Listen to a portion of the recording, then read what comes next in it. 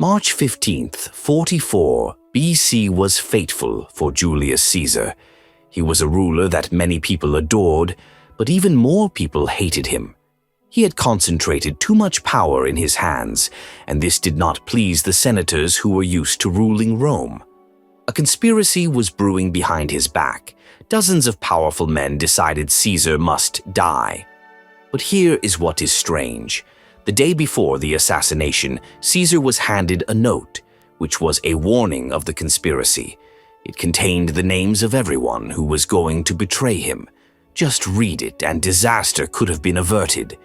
But Caesar paid no attention to the note. He never knew what awaited him. Moreover, his wife Calpurnia had a terrible dream that night. She was crying because her husband had been cut with knives and was bleeding. In panic, she begged him not to go to the Senate. Caesar laughed, "Dreams are just dreams," and set off to meet his fate. Why didn't he heed the warnings? Why didn't he turn around when everything around him was screaming, "Stop"? Maybe he believed that no one would dare to touch him. Or did he know that betrayal was inevitable and decided to meet his fate face to face? What happened on that fateful day? How exactly did the conspirators strike their blow? And did he really say his famous phrase, "And you, Brutus"? Or was it just a myth? The Roman Republic was used to power being divided among the senators. No one was supposed to be above the rest. And Caesar wasn't just a politician, he became a one-man dictator. He gave land to the poor, reduced taxes, changed laws. He decided who lived and who went into exile.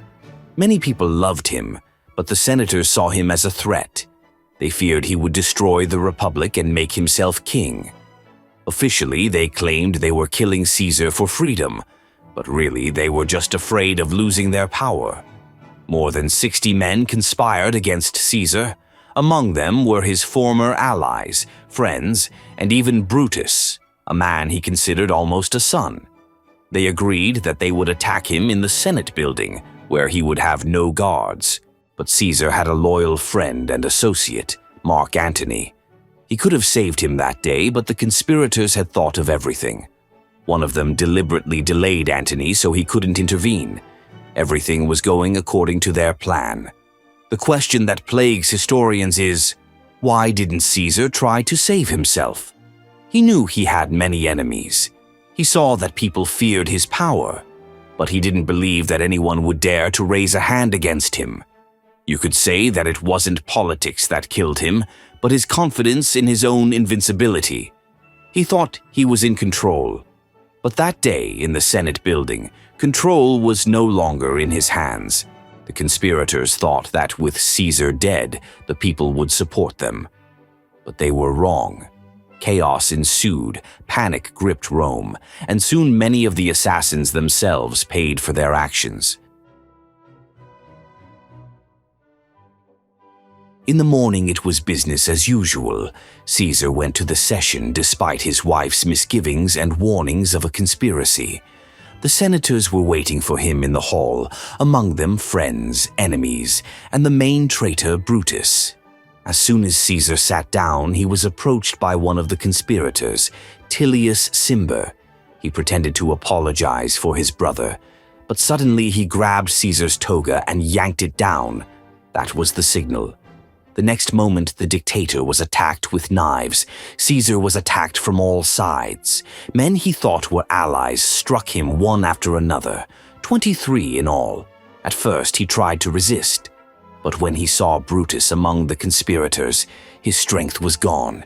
He stopped fighting, covered his head with the toga, and just waited for the end. Many believe that it was then that he said the famous, "And you, Brutus?" But that's probably a myth. Some sources say he said nothing at all. He died in silence. From childhood, Brutus had been associated with Caesar. His mother, Servilia, was Caesar's mistress, and many suspected that Brutus was his illegitimate son. Even so, he grew up surrounded by people who hated the dictatorship. When Caesar came to power, he not only spared Brutus, but made him his confidant. He trusted him with posts, gave him power, forgave him mistakes. But discontent was brewing among the senators, and Brutus began to be persuaded to come over to their side. The main argument was simple. You are a patriot, and Caesar turns Rome into a monarchy. You must defend the Republic. Brutus hesitated for a long time, but eventually joined the conspiracy. Brutus struck one of the final blows. But was he sure of what he was doing, or was he already regretting it at that moment? After the assassination, the conspirators thought they would be greeted as heroes. They ran out of the Senate waving bloody daggers and shouting, "Freedom!" But something unexpected happened. Most Romans did not rejoice, but instead became horrified. The people did not see Caesar as a tyrant. To them, he was a great general and a man who was changing their lives for the better. Brutus tried to justify Caesar's murder, speaking to the people, but they didn't believe him. Soon civil war broke out, and 2 years later Brutus himself died. He committed suicide using the same dagger he had stabbed Caesar with.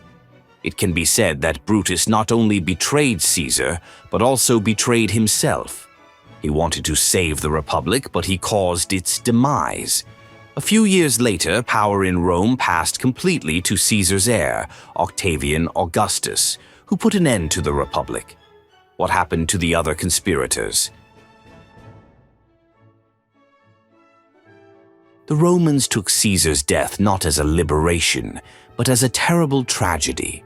He was a man who distributed land to the poor, helped veterans, built new roads and laws. When it became known that he had been slaughtered by his own, fear gripped the city. Caesar's death was accompanied by strange events. On that day, a great storm blew over Rome. Thunder rumbled, lightning flashed across the sky. Many Romans believed it was a sign of the gods' wrath.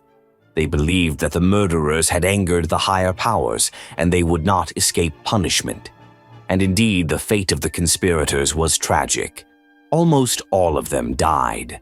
One of them, Gaius Cassius, later committed suicide, using the same dagger with which he stabbed Caesar. It was as if history had closed, and his own weapon had returned to him. The most dramatic moment happened at his funeral. It was decided to cremate Caesar right in the Roman Forum, the center of the city where he made his speeches and passed laws. But instead of a funeral ceremony, a riot broke out. The people, having heard the last words of Mark Antony, could not stand it. An angry mob attacked the homes of the conspirators. Their homes were destroyed, and their families lost influence forever. They thought they would go down in history as the saviors of Rome. But in the end, they were remembered as traitors. The flames from the pyre in which Caesar's body was burned were so powerful that they spread to neighboring buildings. The city burned, and with it, burned the conspirators' dreams of restoring the Republic. After Caesar's death, political chaos ensued in Rome. 2 men took the stage: Mark Antony, his associate and best friend, and Octavian, his 19-year-old adopted son and heir. Antony wanted revenge, but he didn't realize that the real threat came from young Octavian. It would seem, what could a teenager do? But a few years later, it was he who became the first emperor of Rome.